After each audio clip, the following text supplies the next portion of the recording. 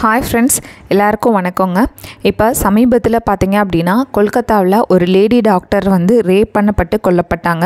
அந்த விஷயம் வந்து உங்கள் எல்லாருக்கும் தெரிஞ்சிருக்கும் அப்படின்னு நான் நினைக்கிறேன். அப்படி தெரியாதவங்களுக்கான விஷயத்தை நான் சொல்கிறேங்க.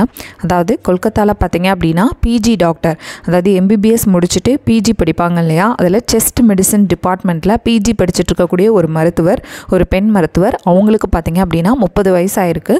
அவங்களுக்கு வந்து இயல்பாகவே பார்த்தீங்க அப்படின்னா அவங்களுக்கு இந்த மெடிக்கல் ஃபீல்டில் இருக்கவங்ககிட்ட கேள்விப்பட்டாலே அவங்களுக்கு 24 மணி நேர டியூட்டி, 36 மணி நேர டியூட்டி அப்படிலாம் போடுவாங்க. அந்த மாதிரி அவங்க வந்து 36 மணி நேர டியூட்டியை வந்து பார்த்துட்ருக்கும்போது நடுவில் ரெஸ்ட் எடுக்கிறதுக்காக அதே ஹாஸ்பிட்டலில் அவங்க படிச்சுட்டு இருக்கக்கூடிய இன்ஸ்டியூஷனில் இருக்கக்கூடிய ஒரு செமினார் ஹாலில் வந்து பார்த்திங்கன்னா இரவு ஒரு 3 மணிக்கு வந்து ஓய்வு எடுக்கிறதுக்காக போயிருக்காங்க.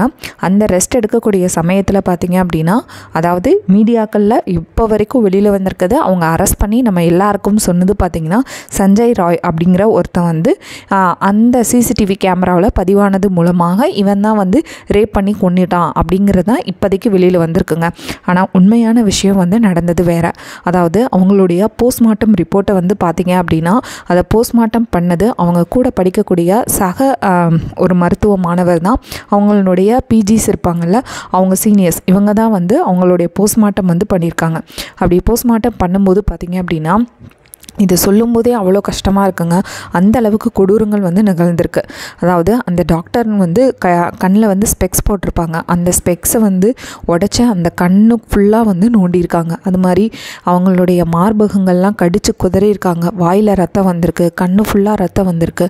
அது மட்டும் இல்லாமல் வயிற்று பகுதிகள், மார்பகங்கள் வந்து தசையே இல்லாத அளவுக்கு அவங்க வந்து கடித்து எரிஞ்சிருக்காங்க. மனித மிருகங்களா இல்லை வேறு யாருன்னே தெரியல. அது மாதிரி பார்த்திங்க அப்படின்னா அவங்களுடைய பெல்விக் போன் பார்த்தீங்கன்னா ஒரு கால் 90 டிகிரி அளவுக்கு உடைக்கப்பட்டிருக்கு. அவங்களுடைய கைகள் வந்து உடைக்கப்பட்டிருக்கு. காயம் இல்லாத எந்த இடமே இல்லை. இதில் வந்து கொடுமையினுடைய உச்சக்கட்டம் என்ன அப்படின்னு பார்த்தீங்கன்னா, அவங்களுடைய பிறப்புறுப்பில் சுமார் 150 ml வந்து விந்தணு வந்து எடுத்திருக்காங்க. அதாவது ஒரு மனுஷனுக்கு இயல்பாக பார்த்தீங்க அப்படின்னா ஒரு 25லேருந்து 30 மில்லிகிராம் அளவுக்கு தான் விந்தணு வந்து உற்பத்தி ஆகும். அப்போது இதிலிருந்து வந்து அந்த டாக்டர்ஸ் என்ன ஃபைன் பண்ணுறாங்க அப்படின்னா, இது ஒரு கேங் ரேப் மூலமாக தான் நடந்திருக்கும் அப்படின்னு சொல்கிறாங்க. ஆனால் இன்ன வரைக்கும் கொல்கத்தா கவர்மெண்ட்டும் பார்த்தீங்க அப்படின்னா அரெஸ்ட் பண்ணது ஒரே ஒரு ஆள் தான், சஞ்சய் ராய் அப்படிங்கிறவன். இந்த ஆள் யார் அப்படின்னு பார்த்தீங்கன்னா, அந்த ஹாஸ்பிட்டலுக்குள்ளேயே வந்து ஒரு போலீஸ் ஸ்டேஷன் இருக்குமாங்க. மக்கள் இவ்வளவு தூரம் போயிட்டு வரக்கூடிய ஒரு கவர்மெண்ட் ஹாஸ்பிட்டலில் இந்த விஷயம் வந்து நடந்திருக்குங்க. அப்போது அந்த ஆள் யார் அப்படின்னு பார்த்திங்கன்னா, இந்த ஃப்ரெண்ட்ஸ் ஆஃப் போலீஸ் அப்படின்னு சொல்லுவாங்கள்ல, அவன் அதாவது ஒரு ஏஜென்ட் மாதிரி ஹாஸ்பிட்டலில் வந்து ஆள் சேர்த்து விடுறது அந்த மாதிரி. அவன் வந்து அந்த சிசிடிவி கேமராவில் வந்து பதிவானதை வச்சு அவனை வந்து அரெஸ்ட் பண்ணியிருக்காங்க. அவனுடைய பேக்ரவுண்ட் என்ன அப்படின்னு சொல்கிறாங்க, இதெல்லாம் வெளியில் வந்த தகவல் தான். அவன் வந்து இதுக்கு முன்னாடி 4 பெண்களை வந்து திருமணம் பண்ணியிருக்கான். அந்த 4 பெண்களும் இவனுடைய செக்ஸ் டார்ச்சர் தாங்க முடியாமல் அவனை விட்டு ஓடிட்டதாக வந்து வெளியில் சொல்கிறாங்க. அது வேறு ஏதாவது ஒரு விஷயத்தை மூடி மறைக்கிறதுக்காக சொன்னாங்களா என்ன அப்படிங்கிறது இல்லைங்க. இப்போது அந்த ரேப் பண்ணப்பட்டு அவங்க கொல்லப்பட்டு இத்தனை நாட்கள், கிட்டத்தட்ட 10 நாட்கள் கழித்து இப்போ தாங்க வந்து உண்மையாக இப்போ தாங்க அந்த கல்லூரியினுடைய முதல்வர் மேலே சந்தேகம் வந்து எழுப்பியிருக்காங்க. எப்படி சந்தேகம் வந்துச்சு அப்படின்னா, இந்த பொண்ணு வந்து போன வாரம் வியாழக்கிழமை வந்து டியூட்டிக்கு வந்து போயிருக்காங்க. அதே மாதிரி நைட்டு கிட்டத்தட்ட ஒரு 11 மணி அளவில் அவங்க கூட இருக்கக்கூடிய ஃப்ரெண்ட்ஸில் உட்காந்து அவங்க டின்னரும் சாப்பிட்ருக்காங்க. அது வரைக்கும் அவங்களுக்கு எந்த பிரச்சனையும் இல்லைங்க. அவங்க இறந்தது பார்த்தீங்க அப்படின்னா வெள்ளிக்கிழமை காலையில் 3 to 5 மணிக்கு, அதாவது 5:30 6 மணி போல் இந்த கூட்டுறவங்க போய் பார்க்கும்போது தான் இந்த மாதிரி ஒரு பெண் வந்து நிர்வாணமாக வந்து இறந்து கிடக்கிறத வந்து பார்த்துருக்காங்க. அப்போவே அவங்களுடைய பேரண்ட்ஸ்க்கு வந்து தகவல் சொல்லணும்ல. எத்தனை மணிக்குனா சுமார் காலையில் 10:50க்கு தான் அவங்க வீட்டுக்கு வந்து ஃபோன் பண்ணியிருக்காங்க. இந்த மாதிரி உங்கள் பொண்ணுக்கு உடம்பு முடியல வாங்கன்ட்டு. மறுபடியும் அவங்க அம்மா வந்து திருப்பி கால் பண்ணும்போது கால் பிக் பண்ணல. கொஞ்ச நேரம் கழித்து பார்த்தீங்க அப்படின்னா உங்கள் பொண்ணு வந்து சூசைட் பண்ணி இறந்துட்டா அப்படின்னு ஒரு 11:30-12 மணி வாக்கில் சொல்லியிருக்காங்க. இவங்க அடித்து பிடிச்சி உள்ளே போனவங்க பார்த்தீங்க அப்படின்னா அவங்க பொண்ணை பார்க்கவே விடலைங்க 3 மணி வரைக்கும். ஒரு கல்லூரி முதல்வர் வந்து எதுக்காக அவங்களுடைய பேரண்ட்ஸ் கிட்ட, அதாவது ஒரு மருத்துவ மாணவி அவங்களுடைய பேரண்ட்ஸ் கிட்ட உண்மை தகவலை ஏன் சொல்லலை? ஏன் வந்து அவங்க எடுத்தோடனே வந்து அவங்க வந்து சூசைட் பண்ணி இறந்துட்டாங்கன்னு சொல்லணும்?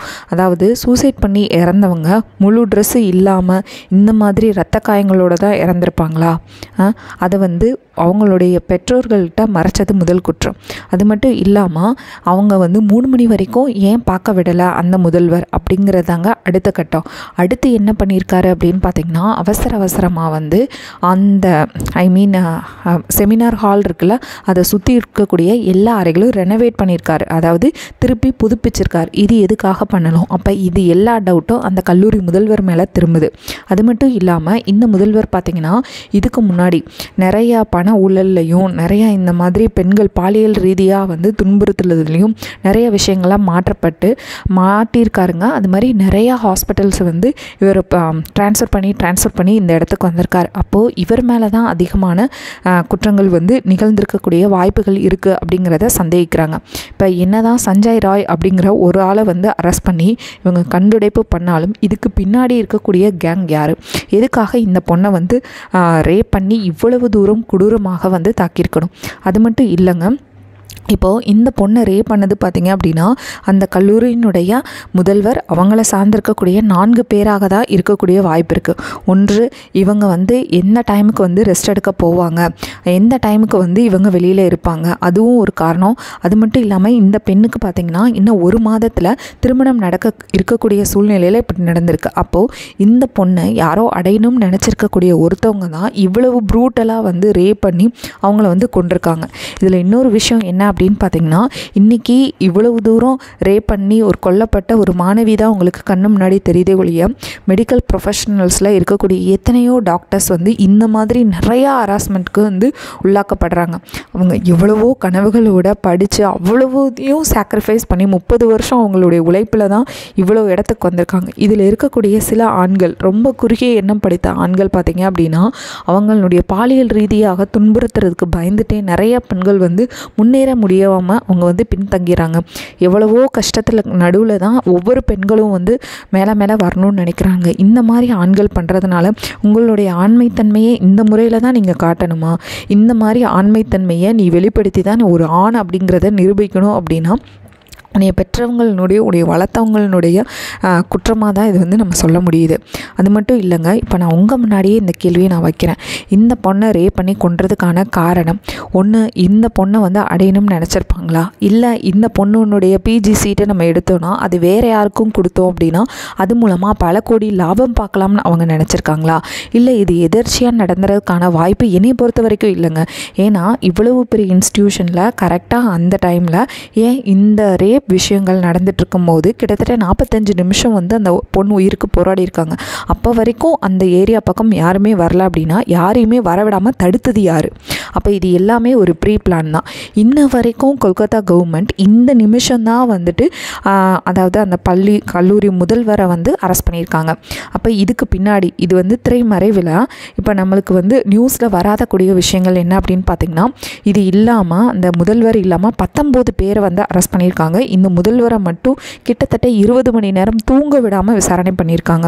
ஏன்னா இந்த பெண்ணுக்கு நடந்த அநீதி இந்த ஒட்டுமொத்த இந்தியாவுமே வந்து உலுக்கியிருக்கிறதுனால இந்த முதல்வர் வரைக்கும் இவங்க கேஸை கொண்டு போயிருக்காங்க. சப்போஸ் இந்த மாதிரி நம்ம வந்து போராட்டங்கள் ஈடுபடலை, இந்த மாதிரி வந்து சோஷியல் மீடியாவில் இது வைரலாக பரவலை அப்படின்னா இந்த முதல்வரும் எஸ்கேப் ஆகிருப்பான், இந்த சஞ்சய் ராயும் எஸ்கேப் ஆகிருப்பான். மொத்தம் இன்னையுமே இப்போ வரைக்குமே இந்த பொண்ணு எதனால் வந்து இவ்வளவு வன்கொடுமை பண்ணப்பட்டு அவங்க வந்து இறந்துருக்காங்க அப்படிங்கிற உண்மையான காரணமே தெரியல. பொதுமக்களாகிய நீங்கள் வந்து என்ன நினைக்கிறீங்க? இதன் மூலமாக பெண்கள் வந்து மறுபடியுமே அவங்க சமையலறைக்கே போயிடுவாங்க அப்படின்னு நீங்கள் நினைக்கிறீங்களா? இல்லை வந்து இந்த பெண் தற்கொலையில் வந்து அவங்களுடைய ப்ரொஃபஸர்ஸ் கூட படிக்கிறவங்க இல்லை நெருங்கிய நண்பர்கள் தான் இதுக்கு துணை இருப்பாங்கன்னு நினைக்கிறீங்க? இது இல்லாமல் வேறு ஏதாவது ஹையர் அஃபீஷியல்ஸ் பொலிட்டிக்கல் ரீசன்ஸில் வந்து இந்த பொண்ணு வந்து கொல்லப்பட்டிருப்பாங்க அப்படின்னு நினைக்கிறீங்களா? உங்களுடைய கருத்துக்களை கீழே கமெண்ட் பாக்ஸில் கமெண்ட் பண்ணுங்கள். யாராக இருந்தாலும் வந்து ஒரு டாக்டர் அவங்கள வந்து இந்த அளவுக்கு வன்கொடுமை பண்ணி கொல்லப்பட்டது வந்து மிக மிக கண்டிக்கத்தக்கதுங்க. அது மட்டும் இல்லாமல் சமீப காலமாக பெண்களுக்கு எதிரான பாலியல் ரீதியான துன்புறுத்தல்கள் வந்து நாளுக்கு நாள் அதிகமாயிட்டே இருக்குது. இதை வன்மையாக கண்டிக்கணும். இதற்கு வந்து நம்மளுடைய சட்டங்களை வந்து திருத்தி எழுதணும் அப்படிங்கிறது தான் என்னுடைய பாயிண்ட். அதாவது பழங்காலத்துலேருந்து நம்ம வச்சுருக்கக்கூடிய இந்த சட்ட நடைமுறைகளினுடைய ஓட்டைகளில் வந்து பயன்படுத்தி தான் இந்த மாதிரி நாய்கள்லாம் வந்து ஈஸியாக வெளியே தப்பிடுறாங்க. அரபு நாடுகள் மாதிரி கொடுக்கக்கூடிய தண்டனைகள் கொடுத்தா தான் இந்த ஆண்களுக்கு வந்து ஒரு பயம் வரும். அதனால தான் பெண்கள் வந்து அவங்களுடைய வாழ்க்கையிலே முன்னேறுவாங்க, வெளியிலையும் சந்தோஷமாக நடப்பாங்க அப்படிங்கிறது என்னுடைய கருத்துங்க. உங்களுடைய கருத்து என்ன அப்படிங்கிறத கீழே கமெண்ட் பாக்ஸில் கமெண்ட் பண்ணுங்கள். மன வருத்தத்தோடு இந்த வீடியோவை நான் முடிச்சுக்கிறேங்க. தேங்க்யூ.